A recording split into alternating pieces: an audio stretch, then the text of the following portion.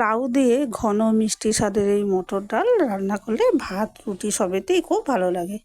আজকে লাউ দিয়ে মটর ডাল রান্না করব। মটর ডাল নিয়ে ভালো করে ধুয়ে কুকারে আন্দাজ মতো জল, নুন, হলুদ আর একটু কাঁচা সর্ষের তেল দিয়ে 5-6টা হুইসেল হলে আমি অফ করে দিয়েছি আঁচটা।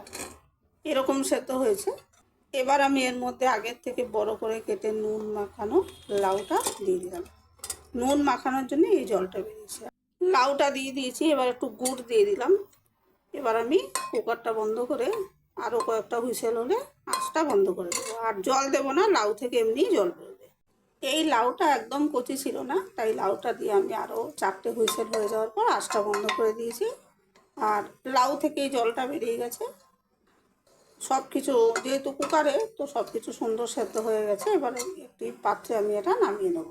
এবার লাউ ডালটা একটা পাত্রে ঢেলে আমি ফুটিয়ে দিচ্ছি। লাউ ডালটা বেশ ঘন হয়ে গেছে। আমি ডালটা ফোড়ন দেওয়ার জন্য সর্ষের তেলে 2টো শুকনো লঙ্কা ছেড়ে দিয়েছি আর কালো জিরে আর মেথি দিয়েছি। আজকে এই ফোড়নটাই দেবো। ফোড়নটা একটু ভেজে নিচ্ছি। এবার এই ফোড়নটা আমি ডালে ঢেলে দিচ্ছি। বাকি ফোড়নটাও একটু ডাল দিয়ে আমি এতে মিশিয়ে নেব। সব ফোড়নটা আমি মিশিয়ে দিলাম। আর এখন যে পাতলা লাগছে, ঠান্ডা হলে ডালটা ঘন হয়ে যাবে।